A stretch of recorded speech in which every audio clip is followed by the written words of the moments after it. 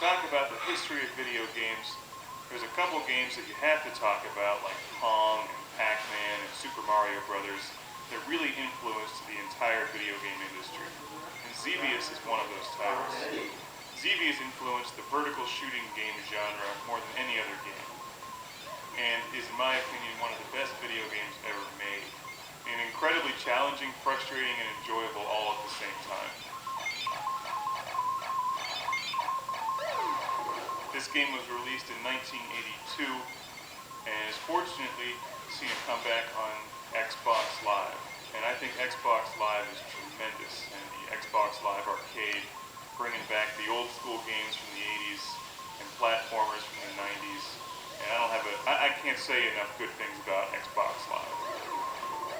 Not only does it bring back these great old school games, but it brings them back in high definition. You can play them through your HDMI cable into an HD TV, and it's just tremendous. Xevious is presented in its original native aspect ratio as you would have played it in the arcade, which is like a television laid on its side. It probably looks very familiar to those of you who have played games like Raiden, and there's so many games in this genre now. As a general rule, I think they're more popular in Japan than they are over here in the States, and I think that's unfortunate. I personally like this genre a great deal. It's challenging, it's fun.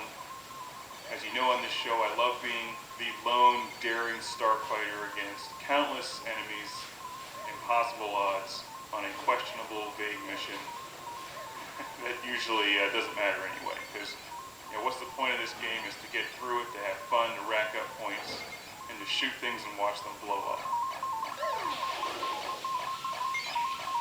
Xevious came out in the arcade in 1982 and has since been seen on game systems like the Atari 7800 and the NES. And in fact, the original Classic Game Room series, we reviewed the Atari 7800 version and a version for the PlayStation, which they remade. As you can see from the screen, you have two different weapon options. And that's one of the things that makes Xevious unique. But for starters here, you have your lasers, your twin cannons, I think they're lasers, maybe they call them something else, and your bombs. So you have to shoot your enemies in the air, and also bomb the enemies on the ground. And they're all shooting at you from different directions, and it's very challenging. What makes this game decidedly different from Raiden 3, for instance, which is one I recently reviewed, is that you can't power up your weapons to have this arsenal that fills the entire screen with your weaponry. You're basically limited to the two weapons that you start with.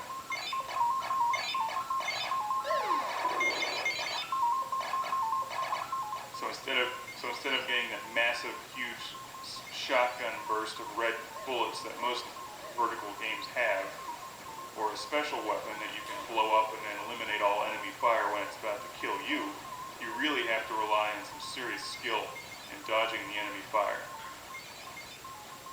Now, I generally forget the story of Xevious. You can find it online, I'm sure. But you do encounter a couple bosses as you continue on in the game. And wave after wave of enemy.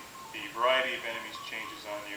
And my favorite part of this game, something I've loved since I was a kid and played this on my Atari 7800, is those spinning metal plates that come at you. And at the time, those were just amazing. That kind of graphics in a video game was just unbelievable. Xevious was way ahead of its time. And you can see why it influenced this genre so much. And just these simple things like the little tank boats in the water. You can't just bomb them. You have to actually lead them with your bomb and hope that they run into it. So it requires a lot of skill to hit all the enemies in this and rack up serious points. And with Xbox Live, of course, they give you the added incentive of going for gamer points, which are addictive and a lot of fun to collect for no apparent reason. But the other great thing about Xbox Live, of course, is you can see how your score ranks up against everybody else and friends of yours. What's really incredible about Xevious is that this game came out in '82, and it really doesn't look any different than newer games today.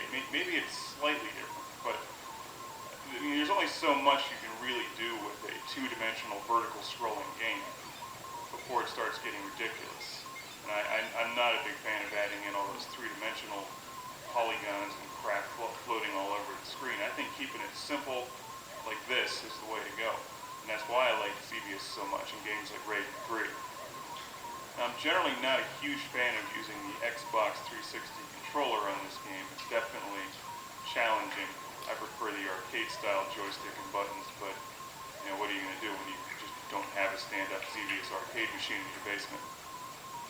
Xbox Live is about the best thing you can have.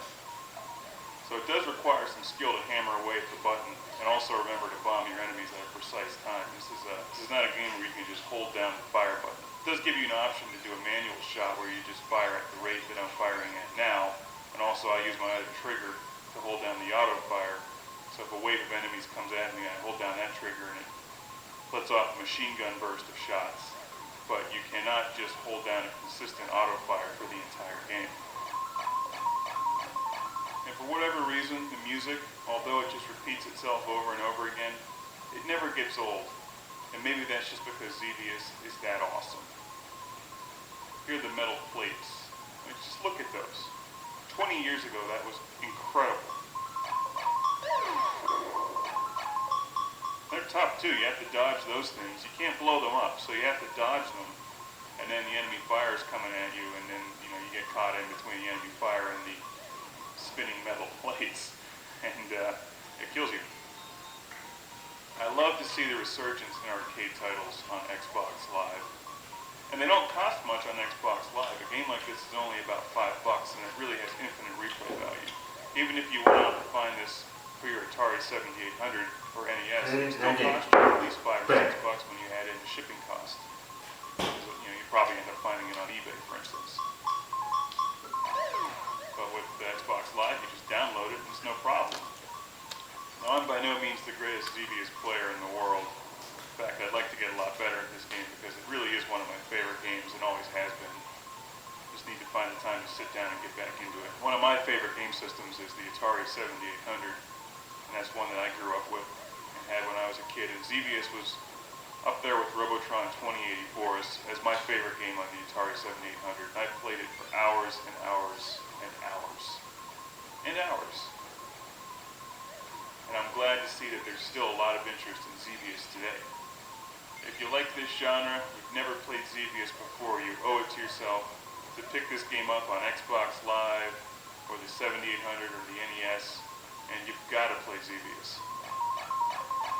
If you're really hardcore, you can go out and buy a real stand-up coin-op Xevious machine like they would have had in the arcades in the 80s, and you can put that in your living room, in your house. And your wife can come home and be like, "Where's all the furniture?" And you're like, "Well, I put it outside because we got a Xevious machine." She may start to get red and get mad at you. Well, why do you need furniture when you have a Xevious machine? The whole point is to stand there and play Xevious. I mean, it's only common sense.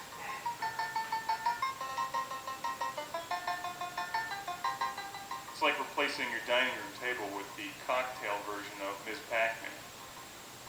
You can eat on that Ms. Pac-Man machine and play Ms. Pac-Man at the same time. Hell, it worked at Pizza Hut.